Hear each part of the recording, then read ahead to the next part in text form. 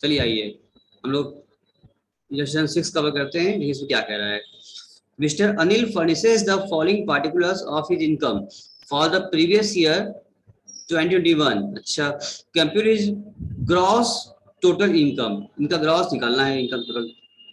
Dividend मिला है equity shares पर 600 रुपए का। अच्छा, डिविडेंड रिसीव हुआ है इनको प्रेफरेंस शेयर्स पर, ये भी देखो यहाँ पर ग्रॉस लिख दिया हुआ है, ब्रैकेट में लिखा है ग्रॉस, इसका मतलब कि इसको ग्रॉस नहीं करना है, ऑलरेडी ग्रॉस होके मिला 3200 रुपए का।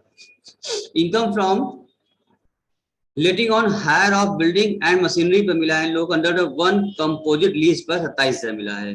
इंटरेस्ट ऑन बैंक डिपॉजिट मिला हुआ है कितना, 2500 रुपए मिला हुआ है। और डायरेक्टर सिटिंग फीस भी रिसीव हुआ है, उसमें आता है 1200 मिला है। ग्राउंड रेंट भी पाए हैं। इनकम फ्रॉम अनडिस्क्लोज सोर्सेज है, ऐसी इनकम है जो कि बता नहीं पा रहे हैं कि इनकम कहाँ से है, अनडिस्क्लोज इनकम है उनकी, बस एक ही इनकम है।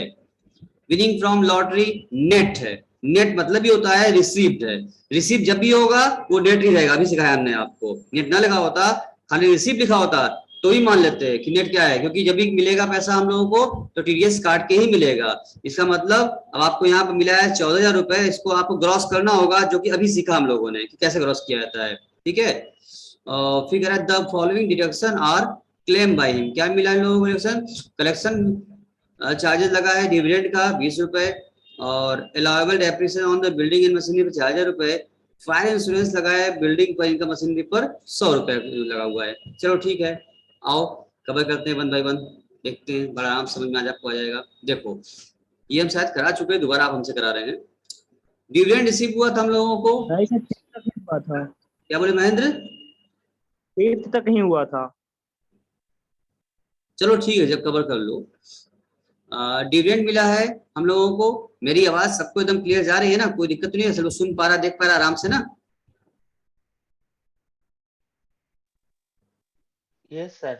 चलिए, तो भूमिका जी, सुभी जी, सब लोग सुन पा रही है आराम से ना? Yes sir. चलो देखो, डिविडेंड और इक्विटी शेयर्स जो है आपका 600 रुपए मिला था, वो टैक्सेबल यहाँ पे दिखा दिया गया। लेकिन तुम जानते रहे, हमने बताया भी था, इसके पहले क्या था, इंडियन कंपनी से मिलने वाला डिविडेंड सब शेयरहोल्डर के हैंड में एग्जाम हुआ करता था, लेकिन अब उसको वापस कर दिया, टैक्सेबल कर दिया गया है, इसलिए यहाँ पर मिला डिविडेंड, ये आपका यहाँ पे इस साल से ये टैक्सेबल में आ गया। ठीक है, फिर डिविडेंड फ्रॉम प्रेफरेंस से मिला है आपको 3200, भी टैक्सेबल में आ गया, ये आपको पे करना होगा। Income from letting from hire building और मशीनरी 27,000 मिला है आप लोगों को, ये भी क्योंकि देखो जब ये कंपोजिट मिल जाता है तो यहाँ भेजते हैं अदर सोर्सेज में। अगर खाली बस आप ओनर है और खाली बिल्डिंग अपना यानी मकान हाउस प्रॉपर्टी किराए पर दिए होते हैं, उसको रेंट मिला होता है आपको, तब तो जाता है हाउस प्रॉपर्टी में। लेकिन इन्होंने कंपोजिट कर रखा है जिसमें कि मिक्स सब सुविधाएं मिक्स होंगी उसमें, इसलिए आता है ये अदर सोर्सेज में। 27,000 यहाँ टैक्सेबल आपकी हो जाती है।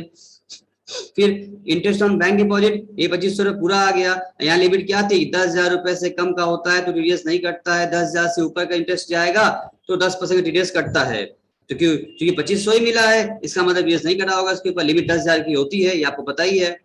उसके बाद डायरेक्टर सिटिंग फीस, ये भी अदर सोर्स इनकम में आ गई। ग्राउंड रेंट में आ गया।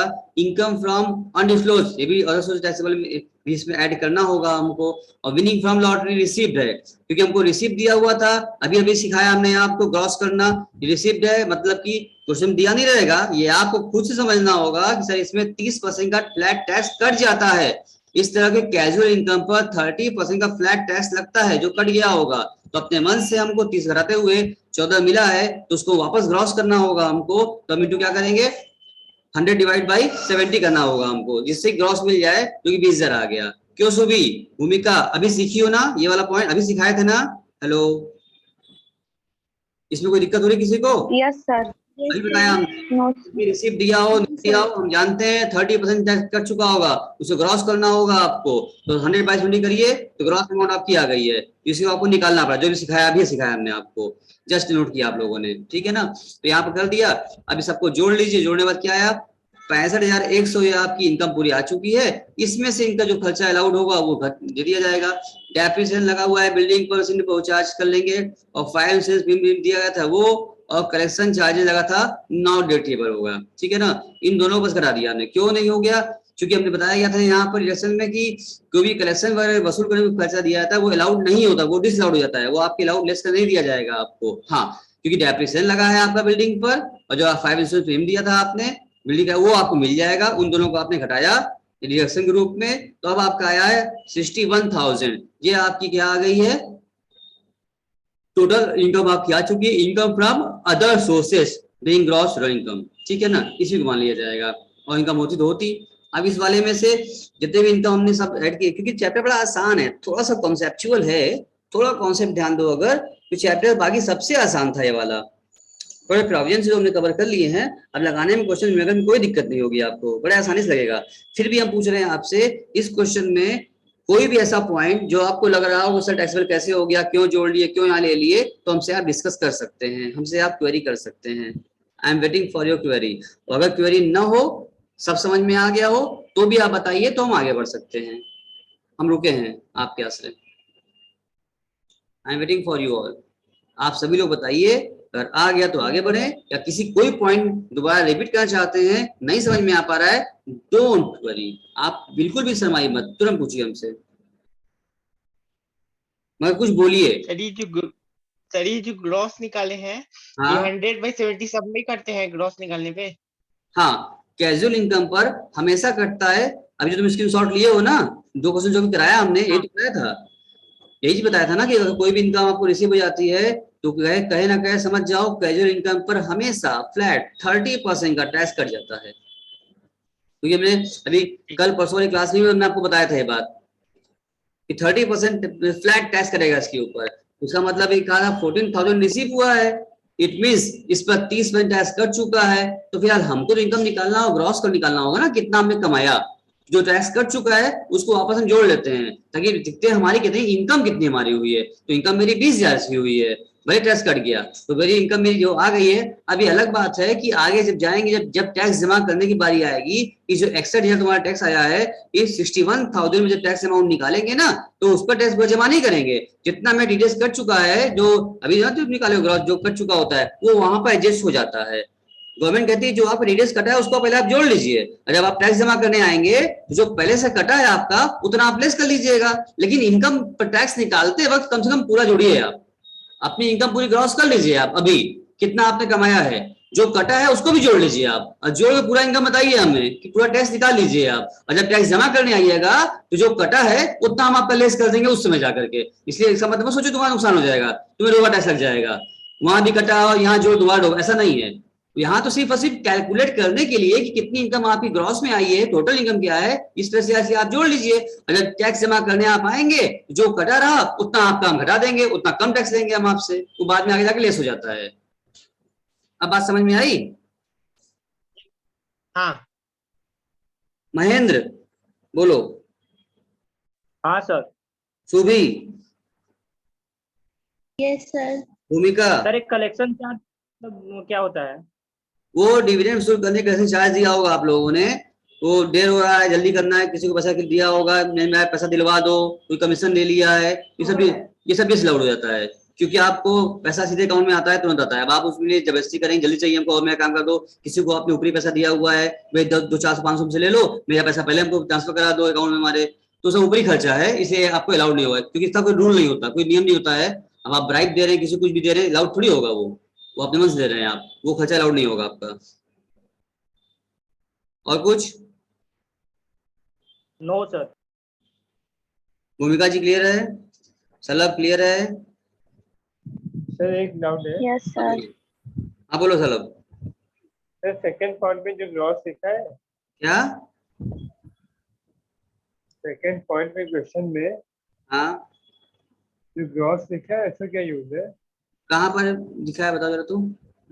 क्वेश्चन में? सर देखिए क्वेश्चन। हाँ ये बोल ना, प्रेफरेंस से ग्रॉस, हाँ, ग्रॉस का मतलब ये होता है कि इसमें ये ग्रॉस अमाउंट, ये ऑलरेडी जो है पूरा पूरा तुम्हें फुल अमाउंट दे दिया है, यानी इस पर टैक्स नहीं कटा है। अगर ये भी नेट पर होता तो हम देखते, हम इसको ग्रॉस अप करते, क्योंकि ग्रॉस चाहिए हमें, टोटल इनकम चाहिए हमको, टीडीएस कट गया है वो भी वापस जोड़ के चाहिए हमको। ये ऑलरेडी आपको ग्रॉस दे रखा था, इसलिए हमने कुछ नहीं किया हमने इसका। अगर नीचे नेट दिया हुआ था तो नेट वाले को हमने फॉर्मूला लगा के 100/70 के ग्रॉस किया, ये भी लिखा होता ग्रॉस। सपोज करो जैसे नीचे लॉटरी में जो लिखा है आप यहाँ पर लॉटरी इनकम में लिखा हुआ है नेट, अगर यहाँ लिखा होता ग्रॉस तो इसका भी कुछ ना करते, 14,000 ही ऐड करते, तब ग्रॉस ना करते। यानी कि पहले से ही क्या ग्रॉस अप पर है, और दोबारा ग्रॉस अप करेंगे, नेट पर रहेगा तो क्रॉस करना पड़ेगा, क्रॉस दिखा है आप कुछ मत करिए, पहले से क्रॉस है, ठीक है भाई। कटा है, घटा हुआ है, तब ना ऐड करोगे, जब कटाई नहीं है तो क्यों ऐड करें। अभी क्लियर हुआ सलब। हाँ सर ठीक है। अब आगे बढ़ सकते हैं, सभी सबकी ओर से अलाउड है, किसी से अलाउड है। Yes sir. सबकी ओर से अलाउड है ना भैया, कि कोई डिस अलाउड कर रहा है। एग्जाम्पल 6 अलाउड हो गया सबकी ओर से ना। अलाउड है सर, अलाउड है। चलो ठीक है, बहुत सीखे हम लोग, अलाउड डिस अलाउड। अब आइए 7 पर, देखते हैं 7 में क्या कह रहा है। चैप्टर आसान है, अब इसमें दम नहीं बचा है। मेन कल और परसों वाली क्लास, दोनों क्लास बहुत इंपॉर्टेंट थी, हमने कहा भी था आपसे कोई क्लास मिस मत करना। जो लोग मिस किए हैं बार बार कह रहे हैं आज कल में कर लेंगे, रिपीट डिलीट नहीं किया हमने। अभी चैप्टर आज कल मेरा खत्म हो जाएगा, अब न्यूमेरिकल में कोई दम नहीं है, अभी हम छोड़ देंगे। आज आपको होमवर्क दे देंगे, हम सारा क्वेश्चन आप लोग आज लगा लेंगे इसका, अब कोई दम नहीं रह गया है चैप्टर में, क्योंकि चैप्टर और बचा है। थोड़ी स्पीड हमें बढ़ानी पड़ेगी खत्म करने के लिए, क्योंकि 5 हेड मेन थे, जो 5 हेड खत्म किया हमने। अब असेसमेंट प्रोसीजर सबसे इंपॉर्टेंट है, इसके बाद हम हो सकता है शुरू करेंगे आपका असेसमेंट प्रोसीजर, जिसमें कि टैक्स, जो कि प्रैक्टिकल लाइफ में भी आपके काम आएगा। कभी आपको अपने खुद का, अपने पेरेंट्स का, कभी किसी का भी इनकम टैक्स फाइल करना हो, अगर रिटर्न फाइल करना हो तो क्या प्रोसीजर है, कैसे इनकम टैक्स रिटर्न बनता है, कैसे फाइल किया जाता है, क्या सिस्टम प्रोविजन है उसके हैं, वो सब सिखाना है हमें आपको। वो थ्योरिटिकल भी एग्जाम के लिए भी काम आएगा, और आपकी जिंदगी भर आपकी अपनी पर्सनल लाइफ में भी वो काम आएगा। अगर आप प्रैक्टिस कभी करना चाहें तो आराम से उससे आप किसी का रिटर्न फाइल कर सकते हैं, इतना हम सिखा देंगे आपको। इसके बाद यही शुरू होने वाला है, ठीक है। तो आप इसको, जो छूटा है कल परसों वाली क्लास, जिसने नहीं किया है वो क्लास डिलीट नहीं है, वो क्लास कवर कर लो, पूरी कॉपी में नोट कर लेना। और ये चैप्टर आप समझो हमारी ओर से एंड है, क्वेश्चन कोई दम नहीं रह गया इसमें अब। चलो फटाफट वैसे जितना होता है उतना हम लगवा देते हैं आपको। आइए 7 देखिए क्या कह रहा है। मिस्टर शंकर लाल, तुम ज्वाइंट हो इसमें क्या, अभी नहीं हो पा रहे हो, नहीं हो पा रहे हो क्या इसमें, क्यों अभी तक नहीं कर पाए हो। आज तुम्हारा सब डिलीट कर देंगे हम, जितना रखिए तुम्हारा सब डिलीट करेंगे, बड़ा मत तुम। आज तुम्हारा ब्लैंक कर देंगे हम। बुक लाए हो, बुलाओ बुक मिलाओ, 7 मिलाओ। Mister Shankar Lal, particulars of income general दिया हुआ है। He took a house on the rent of 1000 per month. अच्छा, and per month and let it out again 1600 per month. इसे क्या बोलोगे, ये क्या है, रेंट पर है या सब रेंट है। सबलेट। इसका मतलब कि क्या ये मकान मालिक है, यानी किराएदार ने। नो सर, सबलेटिंग किए हैं सर।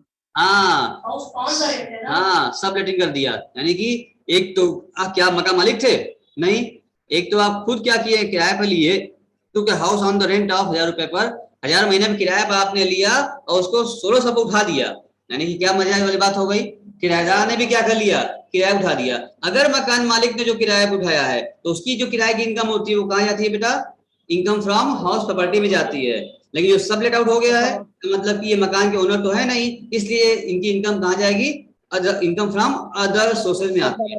ये बात हम लोग एचपी में भी पढ़े थे, यहाँ तो फिर आ गया है, ठीक है। तो कितनी इनकम इनकी हो जाएगी, 1000 तो दे ही रहे हैं, तो 1600 दिए थे, इसका मतलब 600 रुपया पर मंथ इनकी इनकम हो जाएगी, जो कि इनके अदर सोर्स टैक्सेबल हो जाएगा।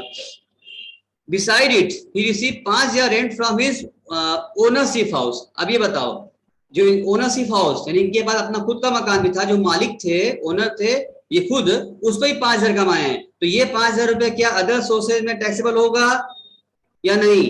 नो सर, हाँ, पहली बात तो इनकम फ्रॉम हाउस प्रॉपर्टी में होगा। बेटा मेरा पहला सवाल, क्या ये 5000 रुपया टैक्सेबल होगा कि नहीं, तो जवाब होगा हाँ सर होगा। हाँ सर, टैक्सेबल होगा। कहां पर टैक्सेबल होगा, जवाब होगा sir income from house property. Income from house property में होगा, क्योंकि उसके ओनर है। जो सब बेसिक कॉन्सेप्ट है सबका, जिसको प्रोजेक्ट नहीं पता है नहीं कर पाएगा, आपको पता है अच्छे से, लेकिन जो जिसके ओनर नहीं है वो आ जाएगा, वो भी टैक्सेबल सभी है, अपना अपना एरिया है, किस हेड में जाके होगा। आइए, सुभी भूमिका सुन पाई, समझ पाई, आ रहा है, क्लियर हो रहा है। Yes sir. चलिए तो आगे बढ़ जाते हैं।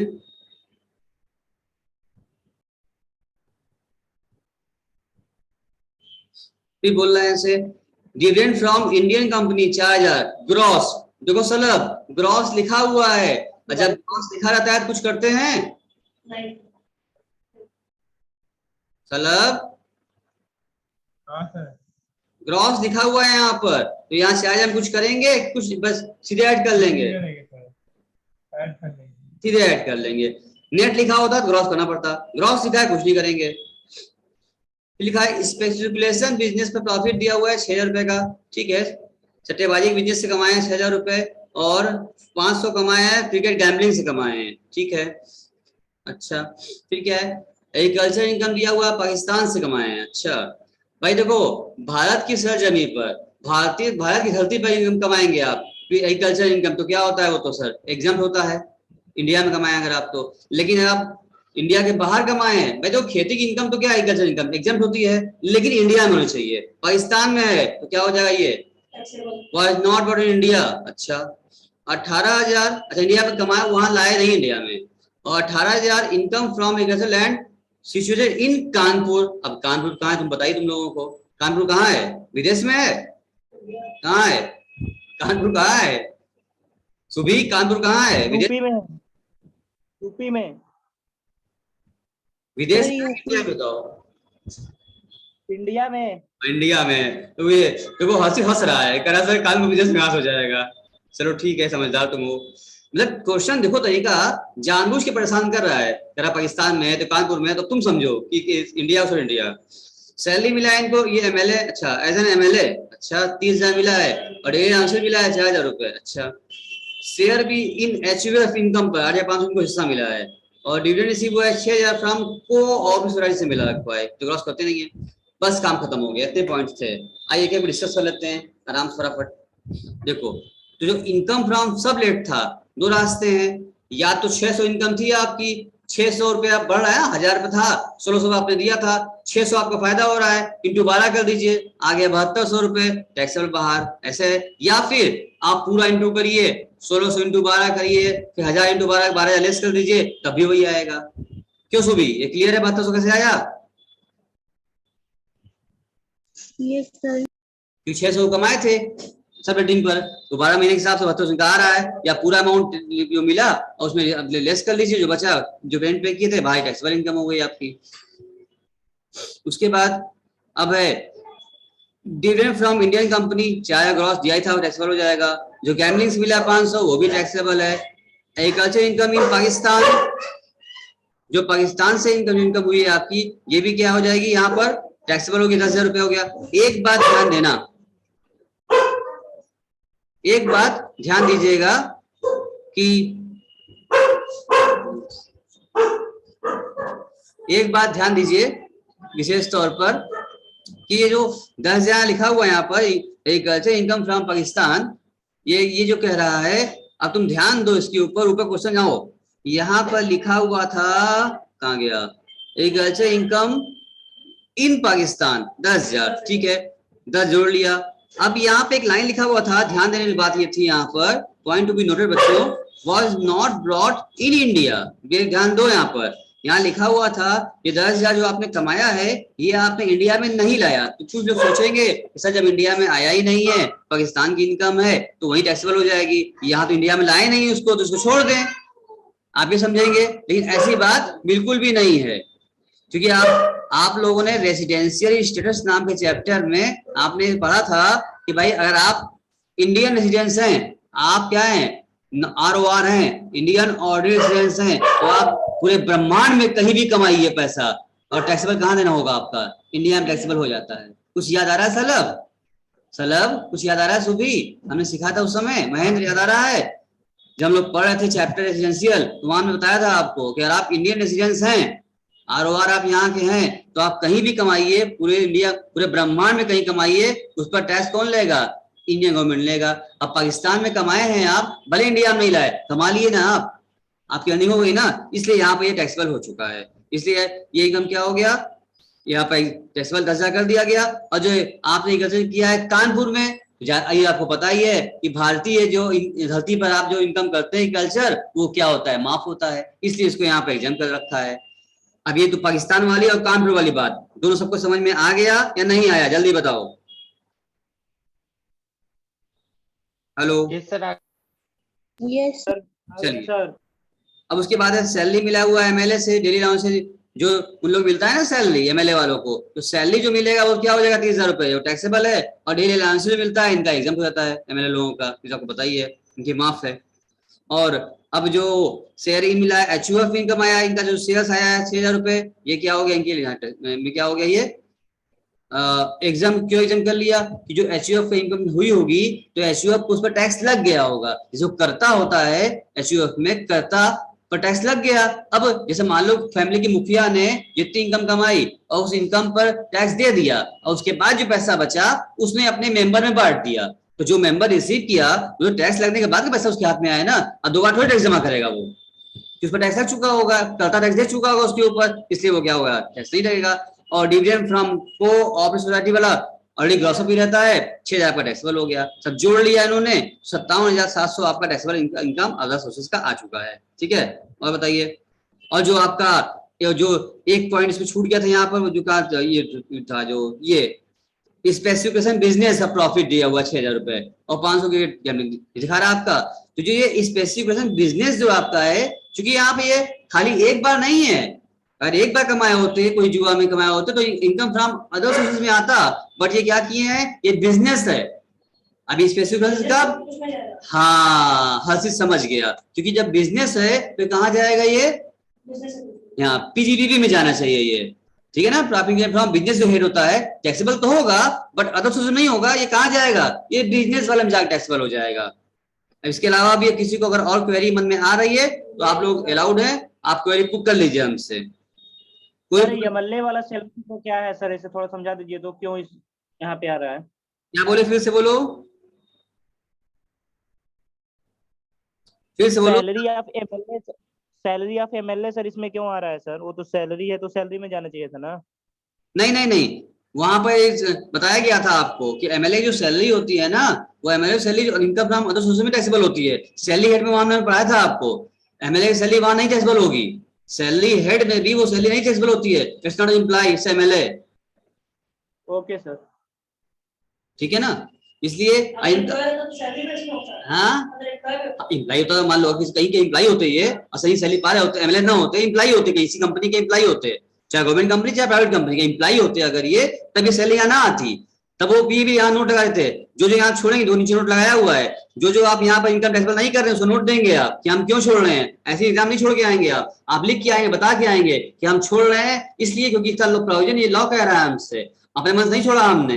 अगर किसी कंपनी एम्प्लॉय होते और सैलरी मिल रहा होता तो यहाँ सुन न लिए होते हम, तब सैलरी भेजते, एमएलए की सैलरी अदर सोर्सेज टैक्सेबल होती है। ठीक है, हाँ जहां जहां पॉइंट छूट रहा है वो तो आप मन थोड़ी छोड़ देंगे आप, जिसे यहाँ नीचे लिखा भी है कि जो ओनर अपने खुद का मकान का था वो हाउस प्रॉपर्टी में जाएगा, क्योंकि लिख के बताना पड़ेगा एग्जामिनर को कि हमको पता है, हम जानते हैं इसलिए छोड़े हैं, ऐसे नहीं है कि हम छोड़ दिए, हमको नहीं, मतलब क्या समझेगा कि लग रहा है बच्चा को नहीं आ रहा था इसलिए छोड़ दिया, ऐसा नहीं, हमको पता है, हमको लॉ पता है, हम प्रोविजन जानते हैं, हम पढ़े हैं इसलिए हम छोड़ रहे हैं, और लॉ नीचे नोट देंगे आप बताएंगे रेसिडेंट इंडिया है, हम मान रहे हैं, उसके लिए इंडिया वाला क्या एग्जाम मारेंगे, बाहर टैक्सेबल कराएंगे, और जो खुद का हाउस था ओनरशिप में है वो हाउस प्रॉपर्टी में जाता है इसलिए यहाँ हम नहीं ले रहे हैं, और जो स्पेशल बिजनेस वाली इनकम हुई है वो भी पीजीबी में जाती है इसलिए यहाँ नहीं ले रहे हैं। ठीक है ना, और जो डिविडेंड कंपनी से मिला हुआ है, इंडियन कंपनी से मिला डिविडेंड जो है 21-22 से क्या हो गया, टैक्सेबल हो गया है, इसलिए यहाँ हम ले रहे हैं उसको। इसके पहले तुमने बताया था ना कि सेक्शन 1038 में अभी लास्ट ईयर तक इंडियन कंपनी से मिलने वाला डिविडेंड एग्जम्प्ट होता था, उसको नहीं लिया करते थे, कोई 21-22 से क्या हो गया है, अमेंडमेंट हो गया है कि भैया डिविडेंड भी क्या हो जाएगा, टैक्सेबल होगा आपके हाथ में,